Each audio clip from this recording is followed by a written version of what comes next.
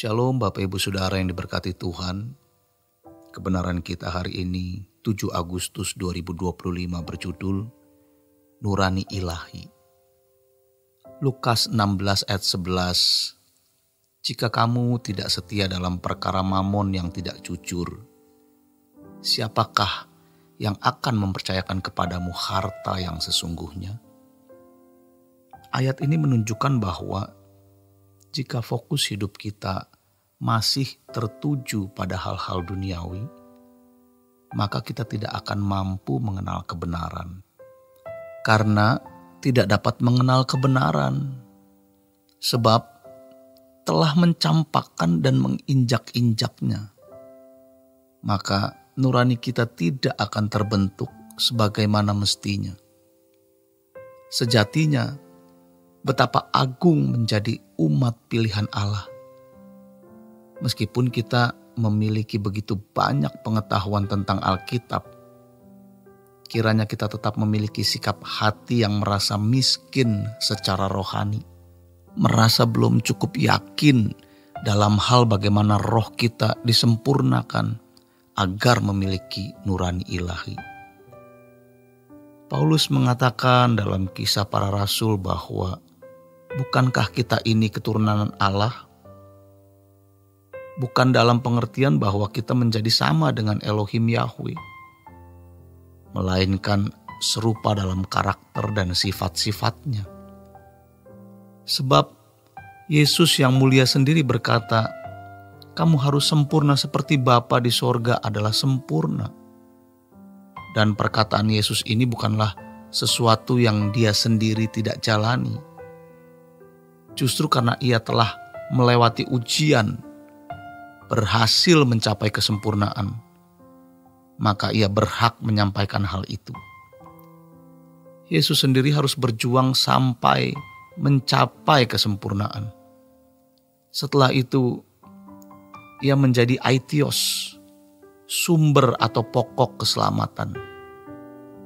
Kita dijadikan anak-anak Allah agar roh kita menjadi roh yang sempurna, dalam arti memiliki nurani yang cerdas, seperti nurani Allah sendiri. Perlu diingat, roh kita tidak berasal dari tempat lain, tetapi berasal dari dalam diri Allah. Ketika Allah menciptakan Adam, ia menaruh rohnya ke dalam manusia. Bukan roh Allah itu sendiri, melainkan roh yang berasal dari dalam dirinya. Oleh karena itu, dalam Yakobus 4 ayat 5 tertulis, bukan tanpa alasan jika kitab suci berkata, roh yang ditempatkan Allah di dalam diri kita diingininya dengan cemburu. Kecemburuan ini menunjukkan pada keberhakan Allah atas roh itu. Ia menghendaki roh itu kembali kepadanya, karena memang roh tersebut berasal daripadanya. Kita disebut anak-anak Allah, dan itu bukan sekedar istilah. Paulus juga menegaskan, bukankah kita adalah keturunan Allah? Kita diminta untuk menjadi sempurna seperti Allah, bukan berarti kita menyamainya. Tapi kita dipanggil untuk memiliki kecerdasan roh, yakni kemampuan untuk berpikir dan berperasaan selaras dengan pikiran dan perasaan Allah.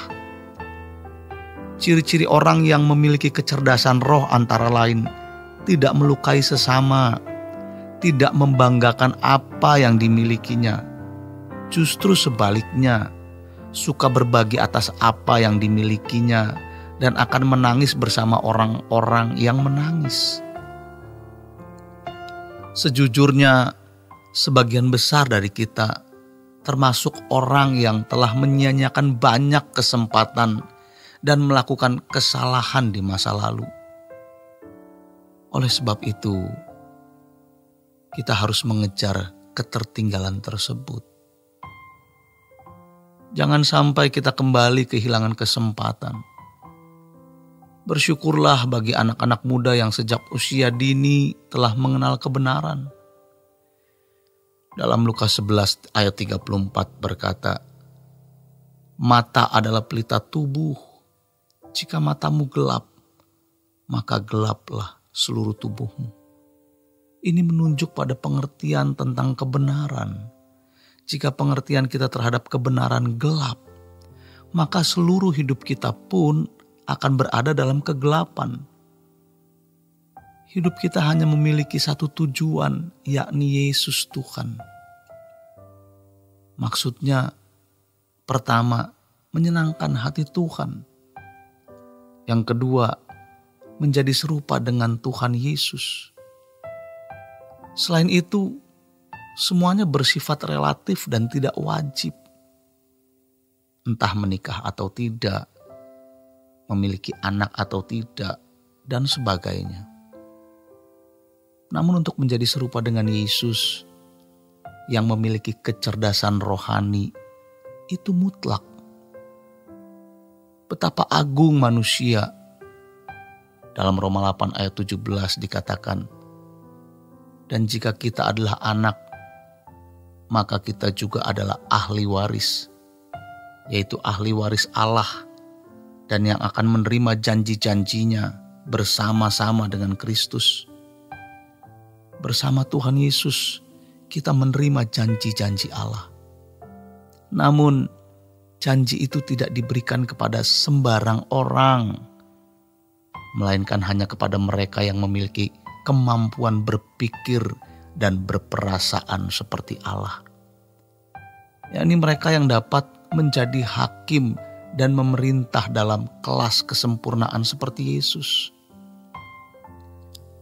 Hal ini bergantung pada apakah sepanjang hidup kita memberikan diri untuk diproses, sehingga akhirnya kita menjadi pribadi yang layak dimuliakan bersama Kristus atau tidak.